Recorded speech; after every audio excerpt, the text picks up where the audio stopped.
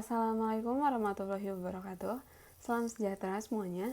Nama saya Dian Kamalia Maharani, NPM 1914-19-1052 dari jurusan Kehutanan Universitas Lampung.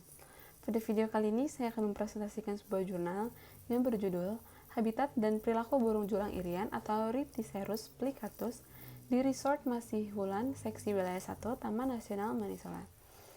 Jurnal ini ditulis oleh Sia Marnianti, Cornelius K. Patina Sarani, dan Andri Tuhumuri, yang diterbitkan oleh Jurnal Hutan Tropis volume 8 nomor 2 halaman 139 sampai 152. Selanjutnya bagian 1 yaitu pendahuluan. Pokok materi pada jurnal ini yaitu julang irian atau Rhyticerus plicatus merupakan salah satu jenis burung dari 13 jenis burung enggang yang tersebar di Indonesia. Julang irian atau Rhyticerus plicatus hanya dapat dijumpai di wilayah timur Indonesia, yakni wilayah Maluku, Maluku Utara, dan Papua yang merupakan daerah sebaran aslinya. Perilaku burung julang irian meliputi perilaku makan, perilaku bersuara, perilaku melisik bulu atau grooming, dan perilaku menggosok paruh. Slide selanjutnya yaitu tujuan. Yang pertama yaitu mengetahui kondisi habitat burung julang irian, dan yang kedua mengetahui perilaku harian burung julang irian. Bagian kedua yaitu metode penelitian. Metode yang digunakan yaitu terkonsentrasi dan ad libitum sampling. Lokasi penelitian yaitu di Resort Masihulan Seksi Wilayah 1 Taman Nasional Manisola. Objek penelitian yaitu burung julang irian. Jenis penelitian yaitu observasi, dan peralatan yang digunakan yaitu kompas, GPS, binokular, V-band, kamera, stopwatch, telesheets, meteorol, dan alat tulis. Bagian ketiga yaitu hasil dan bahasan. Pada tabel 1 ini, kita dapat melihat ketersediaan jenis tumbuhan pakan burung julang irian di titik pengamatan Hua Hui Jalang. Pada slide selanjutnya, pada gambar 1 ini, kita dapat melihat ketersediaan vegetasi pakan pada tingkat tiang pada gambar A dan tingkat pohon pada gambar B di lokasi Hua Hui Jalang.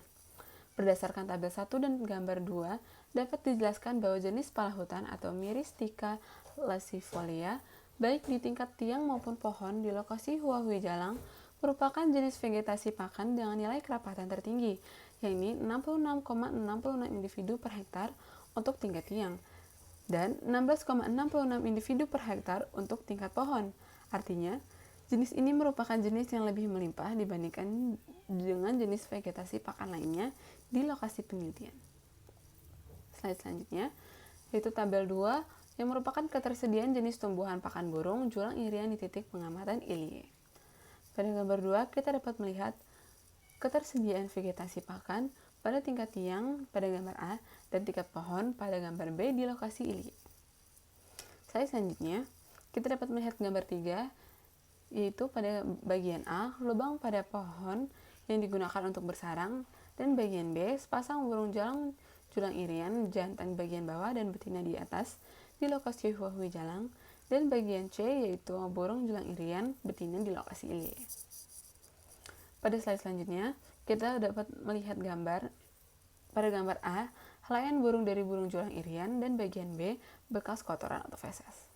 Jejak kotoran atau feses burung julang irian dapat ditemukan di bawah pohon-pohon yang digunakan untuk mencari makan dan bersarang. Bulu burung julang irian akan sangat sulit ditemukan di sembarang tempat. Bulu yang terlepas dari tubuh biasanya akan terjadi saat musim kawin dan merawat anaknya. Bulu yang terlepas pun akan berasal dari burung julang irian betina. Selain itu, bulu yang ditemukan bukan pada saat musim kawin. Biasanya berasal dari perkelahian antara kedua burung julang irian jantan. Slide selanjutnya, kita dapat melihat 4 perilaku teramati di lokasi Hua Hui Jalang, dengan perilaku yang dominan adalah menggosok paruh yaitu 40% dan menelisik bulu 32%. Tinggi persentase kedua perilaku ini mengindikasikan bahwa julang irian lebih banyak memanfaatkan habitat di Hua Hui Jalang untuk beristirahat dibandingkan melakukan aktivitas lainnya. Sedangkan di lokasi ILIE, 3 perilaku teramati dengan perilaku yang dominan adalah perilaku bersuara yaitu 39,58%. Slide selanjutnya, kita dapat melihat gambar 5 yaitu perilaku julang irian yang teramati di kedua lokasi pengamatan. Selanjutnya ada perilaku makan. Tahapan apetitif terlihat dari ketertarikan burung julang irian terhadap buah pakannya. Ketertarikan ini ditunjukkan dengan pergerakan burung julang irian mendekati buah pakan dengan melompat-lompat dari satu dahan ke dahan yang lainnya. Selanjutnya di tahapan konsumatoris terjadi kontraksi otot leher sehingga julang irian akan memanjangkan lehernya dan mengarahkan paruhnya ke buah pakan. Buah kemudian diapit dengan kedua ujung paruh, kemudian buah ditarik hingga terlepas dari tangkainya. Buah kemudian dimamah, umumnya di bagian ujung paruh, beberapa kali sebelum akhirnya ditelan. Tahapan refraktoris atau tahap di mana berakhirnya aktivitas makan burung julang irian ditunjukkan oleh burung julang irian di mana burung akan berhenti makan. Pada slide selanjutnya kita dapat melihat gambar 6, yaitu aktivitas dan perilaku makan burung julang irian atau Rhizoceros plicatus. Pada slide selanjutnya, kita dapat melihat gambar 7 yang merupakan grafik frekuensi dan durasi perilaku makan burung julang irian di lokasi Hua Hui Jalang yang ditunjukkan pada bagian A dan lokasi Ilie pada gambar B. Slide selanjutnya, aktivitas makan julang irian atau Rhizoceros plicatus di Hua Hui Jalang berlangsung pada sore hari dan pagi hari, yaitu pada pukul 7 dan pukul 16 waktu Indonesia Timur. Bila dibandingkan dengan lokasi Ilie, burung julang irian atau Rhizoceros plicatus ditemukan banyak melakukan aktivitas makan pada siang hari, yaitu pada pukul 12 sampai 13 waktu Indonesia Timur. Umumnya, burung julang irian di lokasi ini menghabiskan cukup lama waktu untuk makan di pohon pertama sebelum berpindah pada pohon pakan lainnya. Hal ini menyebabkan frekuensi perilaku pada pukul 12 waktu Indonesia Timur menjadi lebih kecil namun dengan durasi waktu aktivitas dan perilaku yang lebih lama. Pada slide selanjutnya yaitu perilaku bersuara. Perilaku bersuara ini terdapat dua tahap. Yang pertama tahapan apetitif dan tahapan kedua itu tahapan konsumatoris. Baik, pada slide selanjutnya, tahapan apetitif pada perilaku bersuara burung julang irian bergantung pada stimuli yang direspon. Bila stimuli yang direspon berupa tanda-tanda ancaman atau bahaya, maka sebelum bersuara julang irian akan terlihat aktif memperhatikan situasi sekitar atau investigatory dengan menengok ke arah sumber stimuli sambil sesekali berpindah tempat. Sementara tahap konsumatoris, julang irian akan mengeluarkan suara-suara kicauan yang cukup nyaring diikuti dengan gerakan berpindah dari satu dahan ke dahan lainnya, sambil perhatiannya tetap diarahkan pada sumber stimuli. Perilaku bersuara ditunjukkan julang irian untuk merespon tanda-tanda bahaya atau ancaman terlihat cukup agresif. Pada slide selanjutnya kita dapat melihat gambar 8 yang merupakan grafik frekuensi dan durasi perilaku bersuara burung julang irian di lokasi Hua Hui Jalang pada gambar A dan lokasi Ilie pada gambar B. Slide selanjutnya, di Hua Hui Jalang lebih banyak mengekspresikan aktivitas bersuara pada pukul 8. Frekuensi perilaku bersuara sebanyak 5 kali, dan ekspresi dengan rata durasi perilaku bersuara selama 98 detik. Pada slide selanjutnya, di lokasi Ilie, pada pukul 8 waktu Indonesia Timur dengan frekuensi sebanyak 4 kali, pukul 12 waktu Indonesia Timur dengan frekuensi sebanyak 10 kali, dan pukul 13 waktu Indonesia Timur dengan frekuensi sebanyak 2 kali. Pada slide selanjutnya, kita dapat melihat perilaku menelisik. Tahapan apetitif pada perilaku menelisik burung terlihat saat terjadi kontraksi otot bulu sehingga bulu burung julang irian terlihat lebih mengembang. Di tahapan konsumatoris, julang irian akan mengarahkan paruhnya ke bagian tubuh yang akan ditelisik. Paruhnya diarahkan di antara bulu-bulu, kemudian melakukan gerakan menggeserkan paruh dan sesekali terlihat menggigit secara perlahan bulu dari arah pangkal ke ujung. Sayap akan dibuka selebar mungkin bila bagian tubuh yang akan ditelisik berada di bagian tubuh yang ditutupi sayap.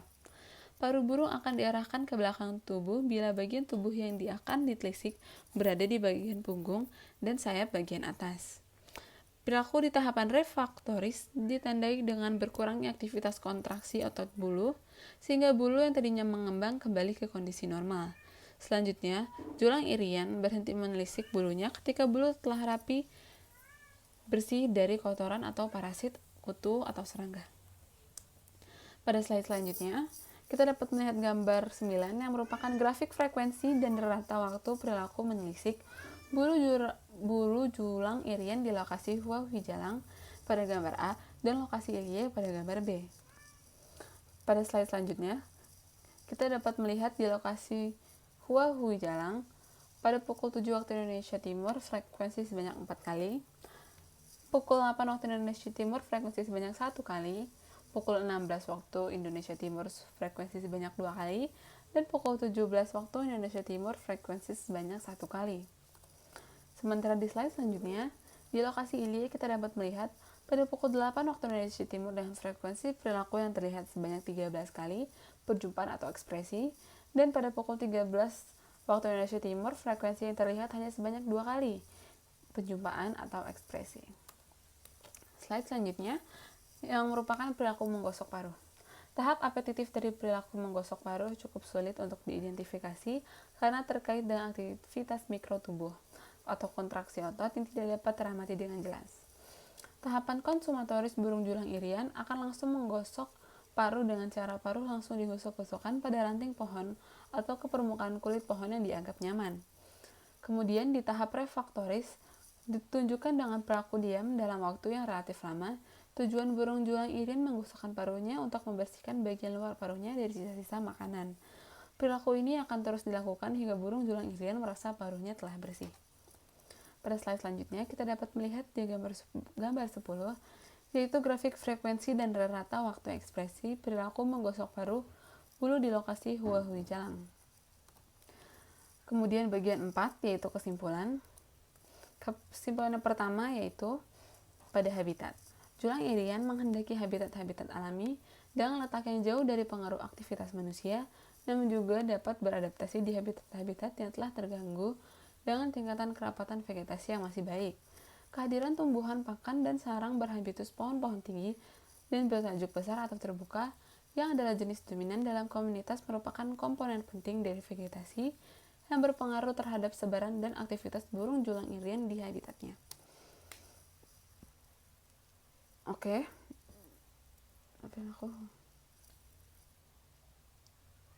Kemudian perilaku harian Hua Hui Jalang.